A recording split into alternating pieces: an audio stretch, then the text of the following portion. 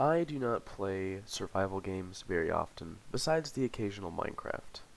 So when I saw The Forest on sale, I thought it would be a good game to check out, and boy was I right. The Forest describes itself as a terrifying first-person survival horror simulator. I neglected to notice the horror part before too late. So let's get into why I really like this game. We're going to break this video down into 3 parts. So first of which would be the gameplay, second of which would be the story, and third will be just kind of how it looks and feels playing the game, like if it's clunky, if it is smooth, how the graphics are, that kind of thing. So let's get started. As far as survival games go, this one is very good. This game has a large open world where you can cut down pretty much anything that isn't the ground itself or rocks and mountains. Chopping down trees, plants, and collecting the rocks and other crafting materials from the ground gives you what you need to build up your own base. The building mechanics in this game are very good, despite having a few flaws. You can build whatever kind of base you want. You could build just a wall with a house in the middle, like I have, or you could build a tree house.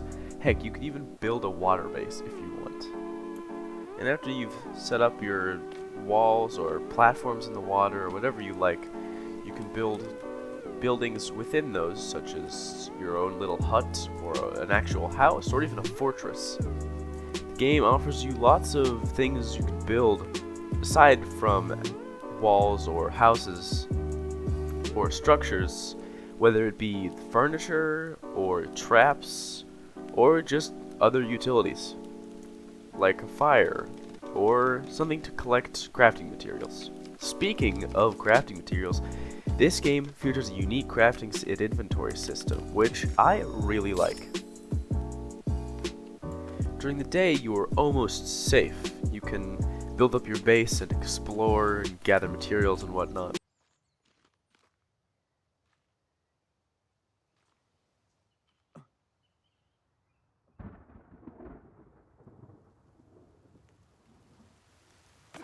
But during the night is when the real fun begins in that area. The enemies, there are several ways in which you can deal with them. You can run away very fast and hide within the walls of your base. You can attack them with either an axe or handcrafted weapons, or maybe other things that you found around the map. The game also features a stealth system if you want to simply evade them. This game is a lot like Subnautica, where you are just kind of thrown into this open world and just kind of figure it out as you go. And it turns out it's really terrifying, actually, at times.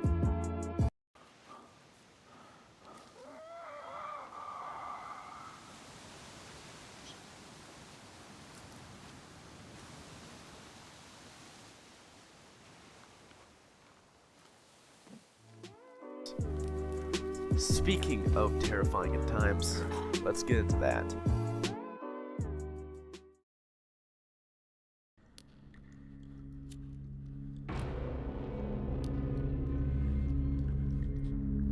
This game has a very well-made horror atmosphere that will really keep you on your toes. Whether you're crawling around in the caves under the island or creeping around at night, this game is truly terrifying. If you happen to be killed by the enemies in this game, you will wake up in a cave and have to find or fight your way out. You may even find a couple goodies while you're down there. Even exploring on the day, you might see a group of cannibals rush past the tree line. Or you may even have your base raided, too. Or you may be out at night, finding your way back home and hear a horrific screech from the distance. Just know that in the forest, you're never truly alone.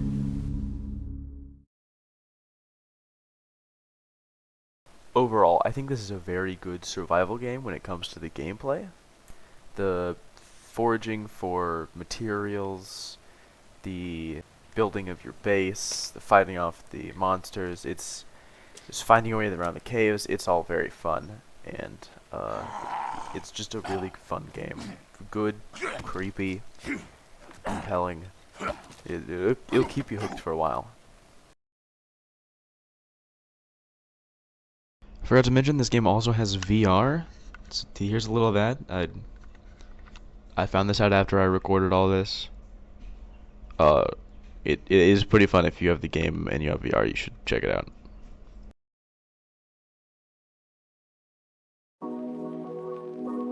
I won't dwell too long on this game's story, as I don't want to spoil it. The game starts with you in a plane with your son when it goes down on a strange island. You wake up to see your son being taken by a strange man. When you wake, you're then thrust into an open world and you are given 3 main objectives. Find your son, find the other passengers, and survive. Everything else that advances the story, you will have to find yourself, as I don't want to spoil it because it is a actually intriguing storyline. And the ending, both of them, are quite interesting.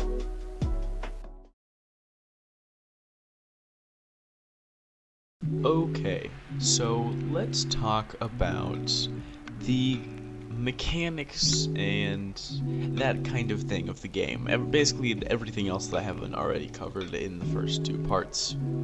So first, let's cover one of probably the biggest things I'll talk about in this section: multiplayer. So before I can actually play multiplayer, I will need somebody to play with.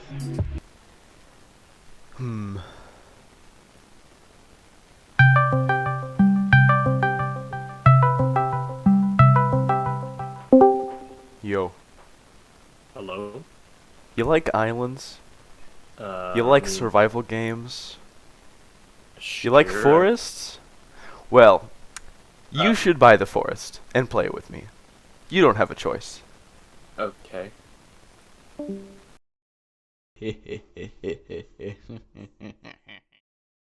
So then, I tried multiplayer, and it was a blast. Here's just a few clips from when I played. Oh, hi. Okay, this way. Uh-oh. Oh my gosh. Did you die? No, I survived. How far down are you? Fair enough. Is this?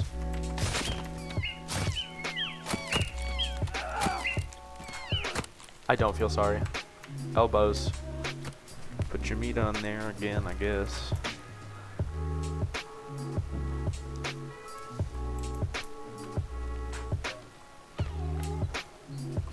That's an alligator, dude. That is not a lizard. Same thing. Maybe. There's another alligator here. Ah, ow, ow, ow, ow, ow, ow, ow. Can you help me, please? What up, nerd? Is he still down there? He is. Yeah. Definitely. Oh, I can throw it. I missed. Nice. This one's yours. You've earned it. Let's see if we can find some. Needless to say, this game's multiplayer is a blast. It's easy to set up the lobbies, and you can get in there right away. And you can each have your own save, so you can respawn from your own room or bed. Look up, and look up. Everything works properly together, and it just gives a great experience.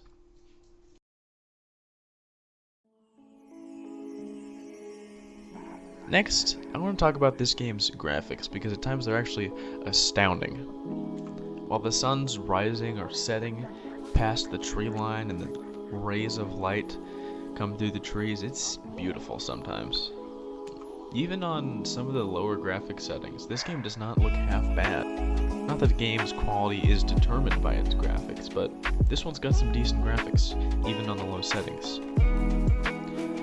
And I definitely recommend this game even if you have a lower end PC or laptop, because you'll definitely still be able to run it and enjoy it.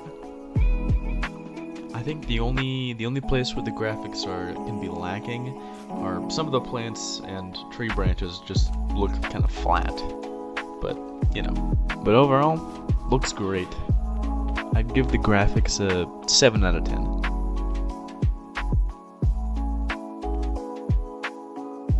Alright, so that's about it. Not much else to talk about. The game isn't really clunky at all, except for the VR mode, but that's kind of secondary. Not many people are gonna play that if their goal is to play The Forest. They're probably not gonna be like, oh, a VR game, right? It's mostly a flat screen game, so we're not really gonna talk about that. But other than that, the game runs smoothly. I haven't encountered any bugs, so yeah. Let's rank this game. Alright, time to put this on a tier list on this list where I've never missed. However, I'm developing a pain in my wrist, so let's hurry up and finish this. So total, overall, I'm going to put this game at A tier. So that about wraps it up. That's all I really have to say for this game. It's a really good game. From the first time I booted up to every time I booted up now, I still have a good time. I have about 12 hours in this game, and I still haven't discovered everything in this small area that I venture around in. And that's just where I go, not counting the whole map. So this game is a big game, and it's really fun. I definitely recommend checking it out. But yeah, that's about it. Thanks for watching.